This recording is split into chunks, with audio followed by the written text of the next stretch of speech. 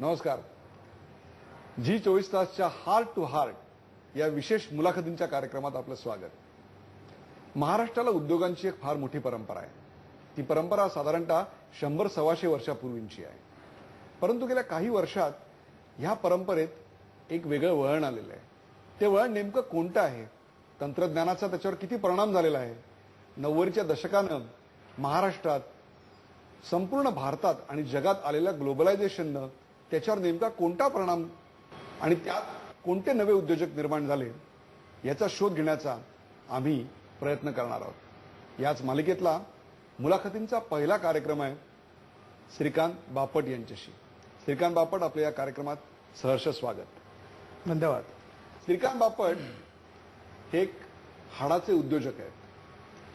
Analytical instrumentation या साधारणतः इतर कोणीही उद्योजक ज्या वाटेनं जाणार नाहीत अशा अत्यंत कठीण वाटेवर त्यांनी आपल्या उद्योगाचं साम्राज्य आज उभं केलेलं आहे.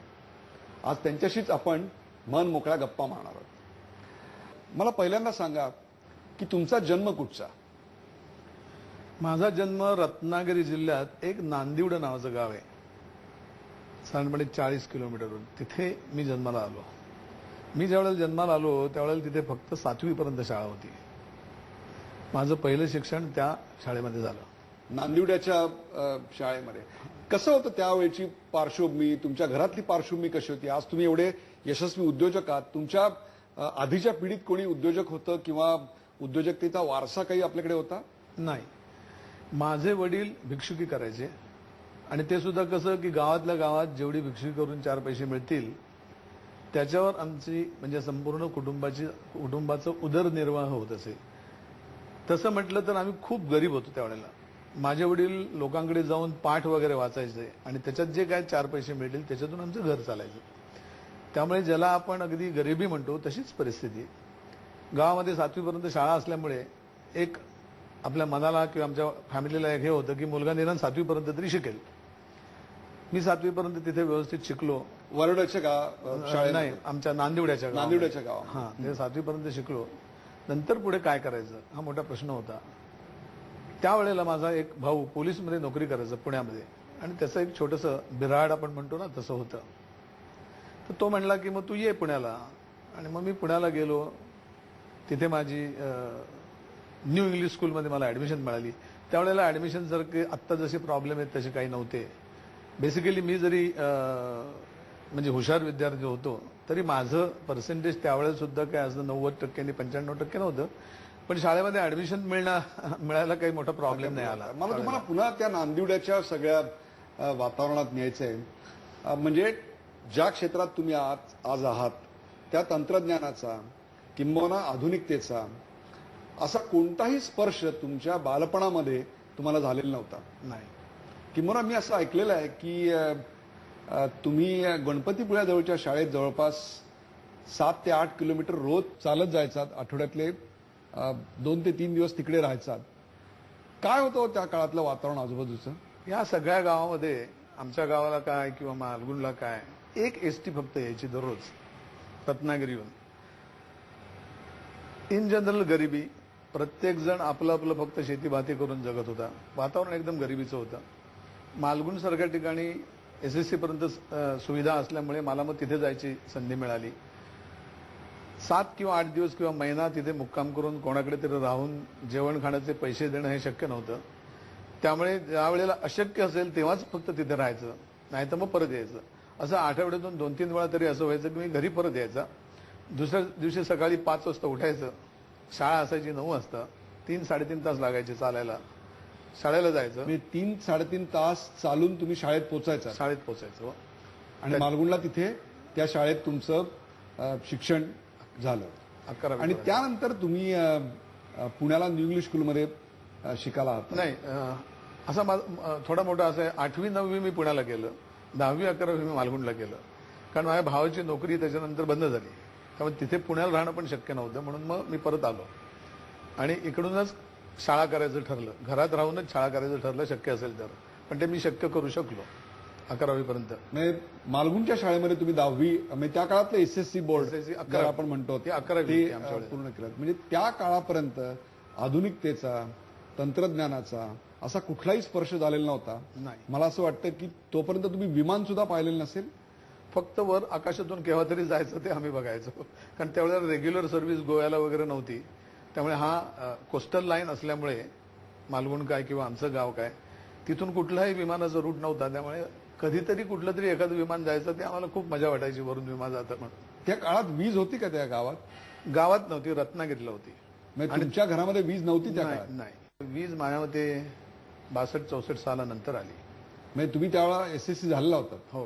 म्हणजे सगळा जो अभ्यास केलात तो कंदील किंवा चिमण्यांच्या प्रकाशात म्हणजे रोज 3 ते 3.5 तासाची पायपीट करून शाळेला जायचं, तिथं शिक्षण घ्यायचं, पुन्हा परत यायचं आणि अभ्यास करायचा. अशा प्रकारे तुम्ही एक प्रकारे शालेय जीवन तुमचं गेलं.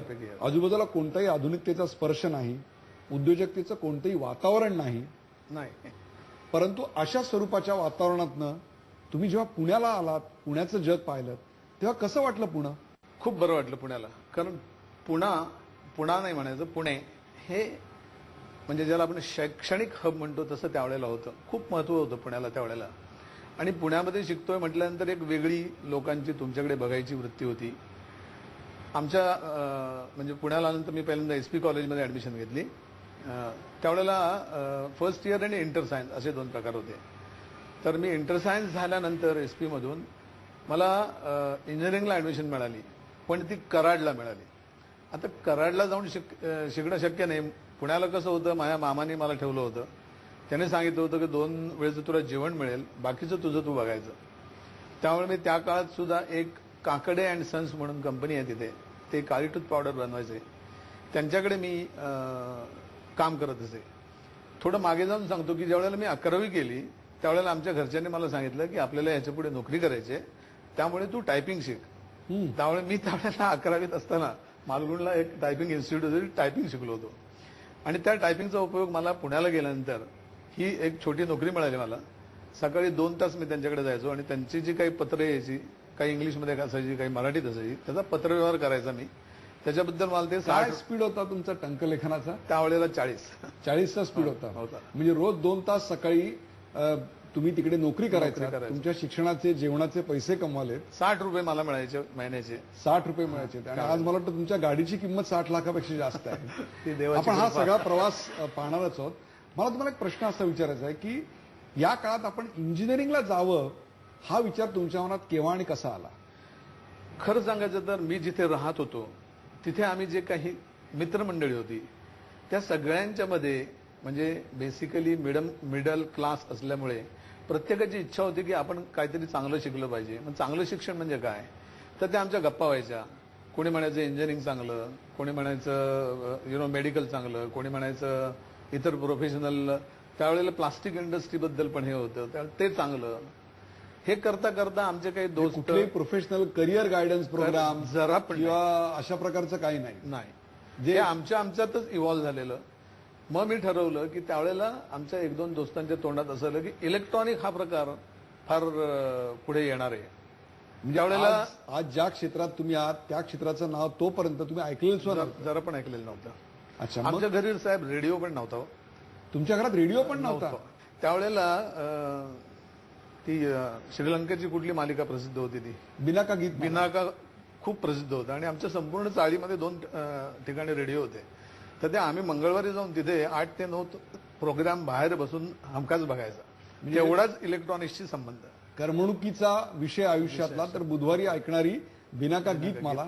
आणि तुमच्या घरी म्हणजे नांदिवड्याला तर ते सुद्धा अवेलेबल होतं, कारण वीजच नव्हती. त्यामुळे संपूर्ण जे आजूबाजूचं वातावरण होतं ते सगळीकडे साधारणतः 18 दारिद्र्याचंच वातावरण संपूर्ण गावातच होतं. त्यामुळे तिथेही करमणुकीशी, इलेक्ट्रॉनिक्सशी, तंत्रज्ञानाशी कोणत्याही प्रकारचा तुमचा संपर्क आला नाही. मग तुम्ही इंजिनियर झाल्यानंतर काय केलं? नोकरी कुठे केली? मी पहिला लागलो ते मर्फी इंडिया लिमिटेड म्हणून ठाण्याला कंपनी होती. त्यावेळेला असं व्हायचं की मी म्हणजे मी जे इलेक्ट्रॉनिकमध्ये शिक्षण घेतलं त्यावेळेला ती जी डिग्री नव्हती, तो डिप्लोमा होता. Diploma in electronics and radio engineering म्हणून DERE, ते मी केलं. सांडपणे DERE मुलगा झाला की त्याला TIFR आणि BR इथे हमखास नोकरी असायची. कारण त्यावेळेला इलेक्ट्रॉनिक बद्दल डेव्हलपमेंट तर तिकडेच होत होत्या, कमी कंपन्या होत्या इलेक्ट्रॉनिक मध्ये डेव्हलपमेंट करणाऱ्या. पण सेम टाइम रेडिओ हे जे माध्यम आहे हे मोठं होत होतं, त्यामुळे Bush India limited, Murphy India limited यासारख्या रेडिओ मॅन्युफॅक्चरिंग कंपन्या पण एक त्यावेळेला प्रकारे होत्या. त्या प्रकारचा कोर्स निवडणं हे सुद्धा त्या काळातलं धाडसच म्हणायला हवं. मी तुम्हाला असं म्हणेन की धाडस म्हणण्यापेक्षा मला दुसरा इलाज नव्हता, कारण मला कराडला ऍडमिशन मिळाली नाही. मग शेवटी इंजिनिअरिंग आपला डिग्री करता येत नाही, मग डिप्लोमा तरी करू म्हणून मी तिकडे गेलो. खरं सांगायचं म्हणजे तो सुद्धा खरं सांगशील तर विचारशील मला तर चॉईस नव्हता. इट वॉज जस्ट जे पदरी आलं ते पवित्र झालं असं आहे. म्हणजे जे जे हातात आलं ते ते तुम्ही घेऊन मार्ग पुढे चालत राहिला. तुम्ही याच्या सगळ्या मला वाटतं किती वर्ष, जवळपास एक दशकभर नोकऱ्या केल्यात. 15 वर्ष नोकरी केली. 15 वर्ष नोकऱ्या केल्यात. काय अनुभव मिळाला या नोकऱ्यांमध्ये? खरं सांगायचं म्हणजे माझा तसा अनुभव वाईट नाही आहे, पण मर्फीमध्ये असताना माझ्या असं लक्षात आलं की मला इथे काही फ्युचर नाही आहे. रेडिओ लाईन होती मोठी, त्याच्यामध्ये दिवसाला आम्ही 3500 रेडिओ बनवायचो. फ्युचर म्हणशील तर काय नाही, काय करायचं हा मी विचार करत होतो. आणि त्यावेळेला IBM नावाची कंपनी इंडियामध्ये होती, ती बंद पडली 1977 साल. त्या दरम्यान जनता आणि- सरकारचं हां. काळ होता तो. कोकोकोला आणि IBM यांना आपण हद्दपार केलं होतं. हा बस तोच का. ते माझे काय IBM मधले दोस्त होते, तर ते नोकऱ्या बघत होते. तर मी असं म्हटलं, अरे तुम्ही नोकऱ्या बघता तिथे आम्हाला पण घेऊन चला. मला पण म्हटलं आता रेडिओचा कंटाळा आलाय म्हटलं मला. तर म्हटलं ठीक आहे. आणि असं करता करता एक अशी ऑपॉर्च्युनिटी आली की एलटेक कॉर्पोरेशन नावाची एक कंपनी होती. ते अॅनालिटिकल इन्स्ट्रुमेंटमध्ये क्रोमॅटोग्राफी हा प्रकार असतो, गॅस क्रोमॅटोग्राफी. काय हो, मी मला शब्द- सांगा की अॅनालिटिकल इन्स्ट्रुमेंटेशन म्हणजे मुळात काय?